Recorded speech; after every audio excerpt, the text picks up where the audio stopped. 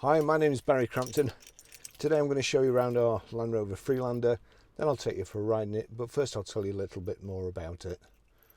I won't be going out there today.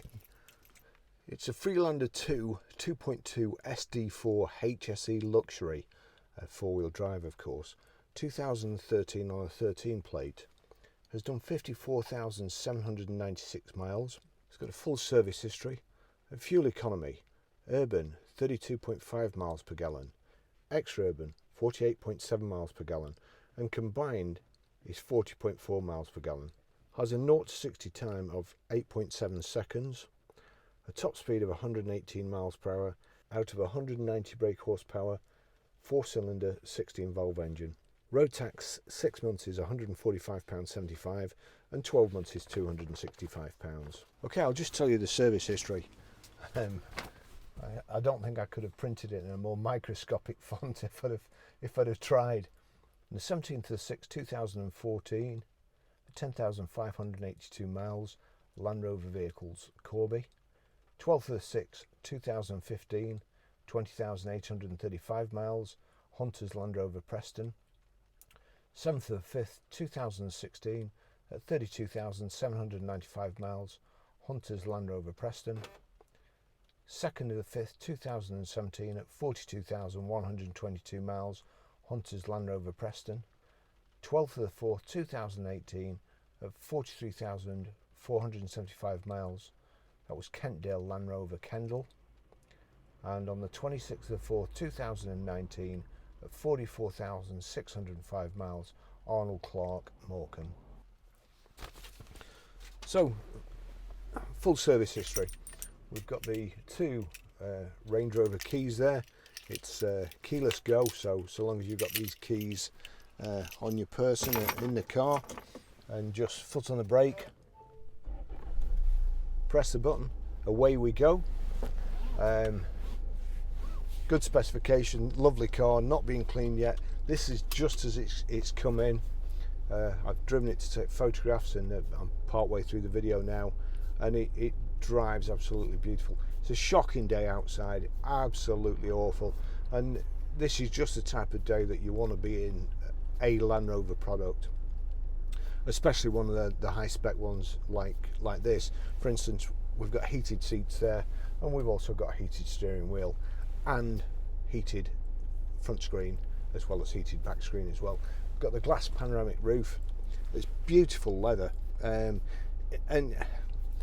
driving this, it's just kind of come home to me that these seats are actually more comfortable than the seats in a Range Rover Sport, and whoever's had this must be quite a diminutive person, because it feels like a brand new one as well. You know, this car's 7 years old, and the seats, the sponge in the seats still feel it still feels brand new, and it's got electric memory seats, and of course I always do it's like a bit of private detective work to build up a picture of who's had it before, and I'm a bit scared of doing this because whoever has had it must be very, very light, and light people are usually short, so I could well get crushed against the steering wheel here. Hang on, that's position 1.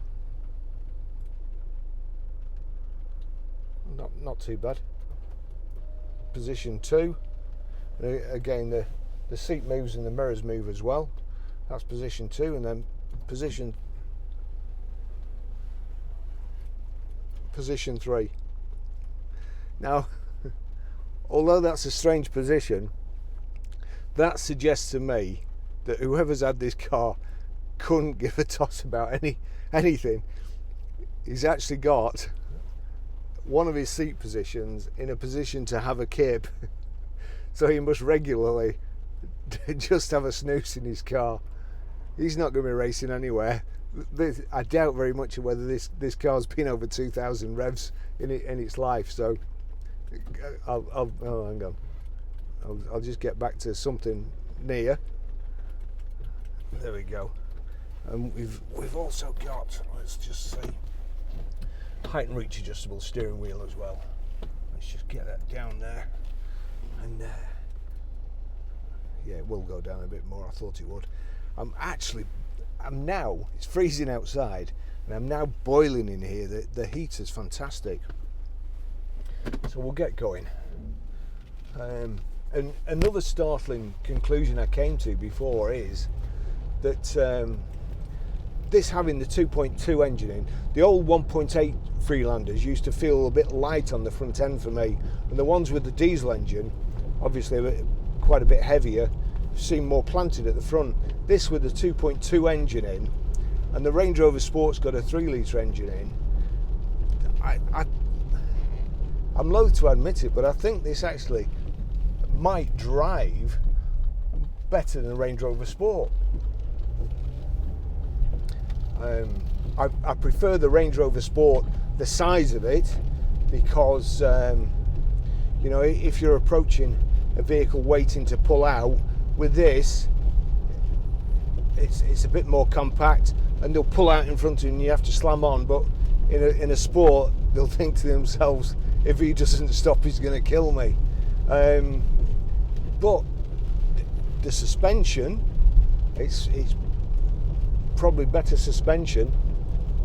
And I noticed, because where I go and film the cars these days is on my way home, and one of the guys who subscribes to me on YouTube was talking to him a few weeks ago, and I'm not going to mention any names, and I hope you won't mind me saying, but suffers from OCD, and to such an extent that if he goes out in the car and he feels he could have driven better, he'll go back and do the journey again. And you know, that should be made law, because you see people driving on the road and they're just absolutely useless. But I took it upon myself to try and drive better on the way home every night, to try and judge stopping distances, going round roundabouts, and even taking bends. With four-wheel drive or Land Rover products, they're set up so well. There's no fantastically hard suspension, but they're set up whereas if you input some steering angle, the weight of the car shifting will actually help you go around the corner, and you can actually be turning back while it's still going around the corner, if that makes sense. I'll perhaps try and show you. But this is so comfortable. I'm boiling. I wonder if I've got it. But better put the aircon on. Switch my seat off.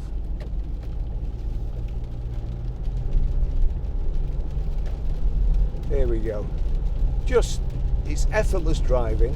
The engine's just about the right size for the car, although I'd like one with a 3 litre or 4.4 engine in. That'd be absolutely awesome. With the steering's perfect, with no wobbles. It's not pulling, except where you'd expect it to with the camber of the road. You've got your heated seats there, your heated front screen and rear screen there, the switches there, the all-important heated steering wheel here, and then you've got your phone controls, your cruise controls, and everything is proper switches, easy to use. Here we go. Just switch the nav screen on, just got to agree that everything's all right. So sat nav, it's got Bluetooth hands-free, Bluetooth audio streaming. You've got your terrain response switches here in the middle, cup holder, and then we've got another cup holder there, USB in and auxiliary in.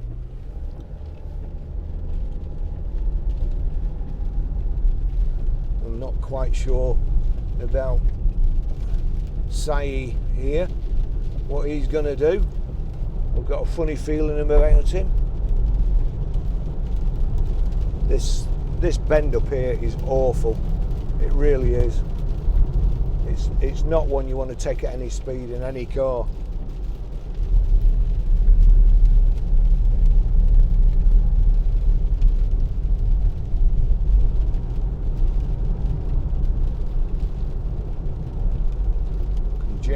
junction 2 exit.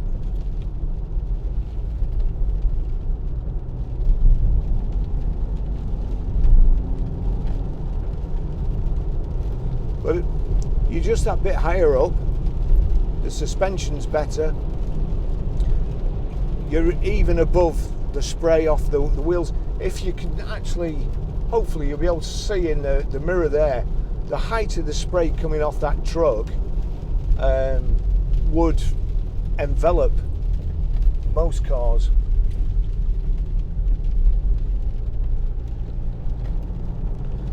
You know, I was out in that BMW 3 Series yesterday, and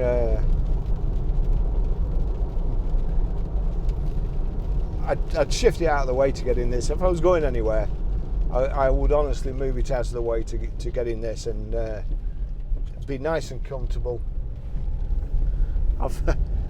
Have me snooze position on the seat there.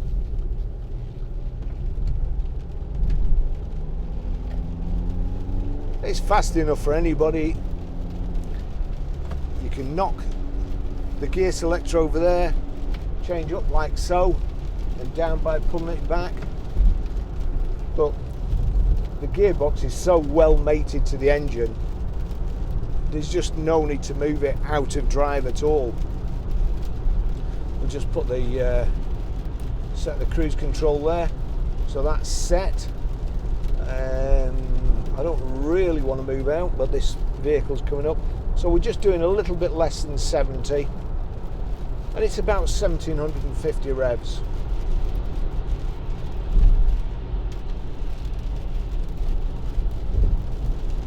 So hardly working, nice and quiet, nice light and airy in the cabin with this pan roof. You can put that blind across if you wanted to. There's an old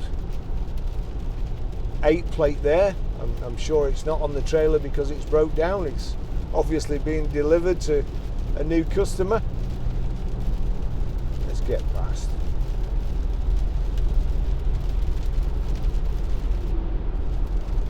Yeah, Dino don't look like a recovery driver.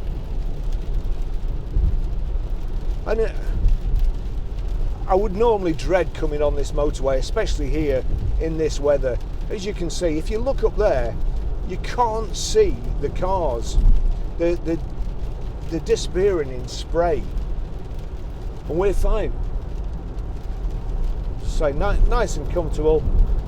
Cruise control on. I'm gonna have to knock it off here because coming off at the next junction and they bunch up here. But you know, like that BMW there, it'll be on probably M Sport suspension with run flats, and the car will be growling down the motorway, and you can feel everything through the steering wheel. Just horrible. Nothing here. You can feel the road okay, but you can't feel every little grain in the tarmac. Just great cars.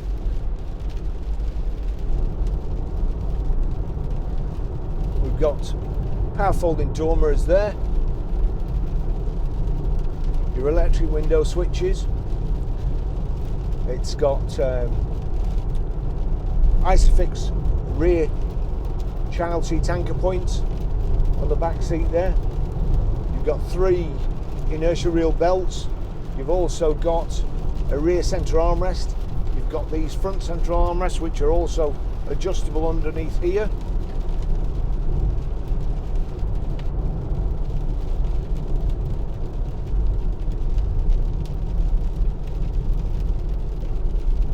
Just a very nice, and I prefer the shape of these. These are like the old Range Rover as well, not as rounded, and I just think they look better, but nice and simple. You know, I looked at that BMW dashboard yesterday, and I mean it looked fantastic. It really did look fantastic. But as far as information goes that the driver wants and needs at some stage, you have to concentrate too much to get it. whereas this is just nice. Speedo on the left hand side, right hand side you've got your Rev Counter, coolant temperature in the center left, fuel gauge center right. It's telling me what gear I'm in at the bottom, how many miles in a digital readout, how many miles per hour digital readout, which is the one thing I would say is better than an old analog speedo. Then at the top it's telling me what the audio, it's on radio at the moment, and the outside temperature. Just a very relaxed way of driving. This is quite modern effect as well. It's the piano black insets to the door cards, the steering wheel, the dash, and the center console with the aluminium, brushed aluminium there. Meridian speakers, sound system. Speakers are fantastic.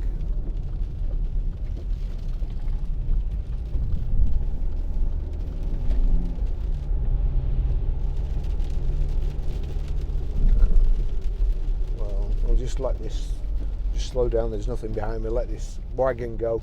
This is a place where I test the suspension. And actually, you'll be able to see when you load one wheel, you can be turning back while the weight of the car is still taking you the other way.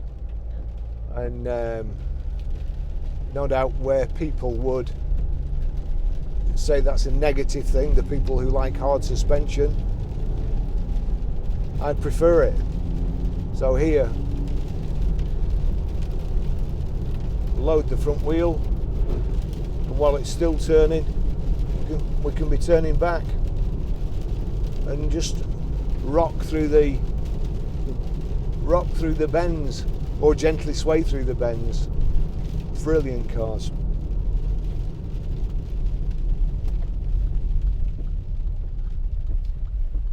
I don't know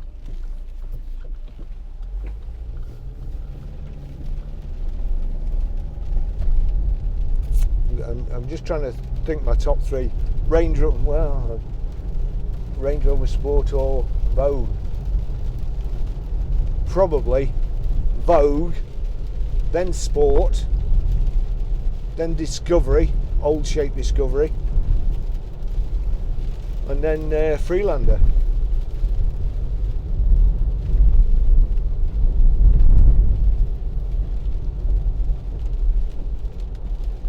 When we get back to the garage, I'll show you how to pair a mobile to the Bluetooth system, how to delete a mobile, how to stream audio, how to set the sat nav. The next video, what we got in the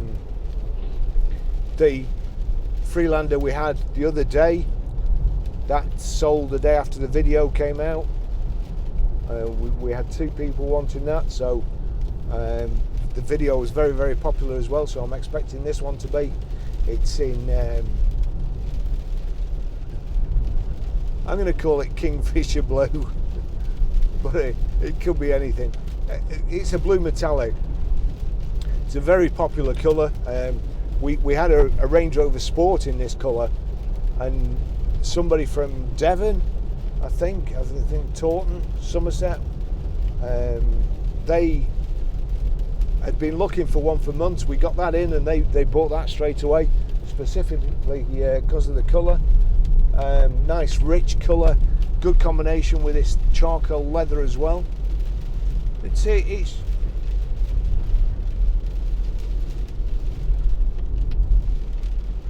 just another great car into stock. Next car we're going to video will probably a Volvo Estate. Got a Fiesta ST, Ford KA, 3 Vito vans, the Movano. Oh, look at this, we're in a water splash. Wow.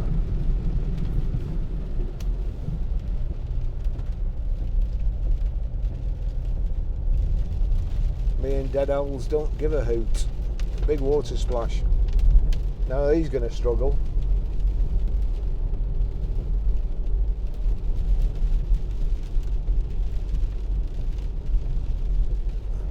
It's funny that it's flooded there because we're about 100 foot up. We're probably one of the highest places in the in Waltmeydale. Crikey, the river's flooded, and I live by the side of it. Right, I'll finish the test drive there. Lovely car, as per usual.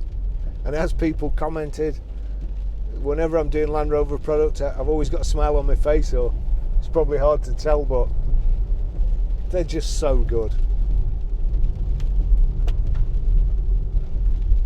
Thanks for watching. See you in the next video.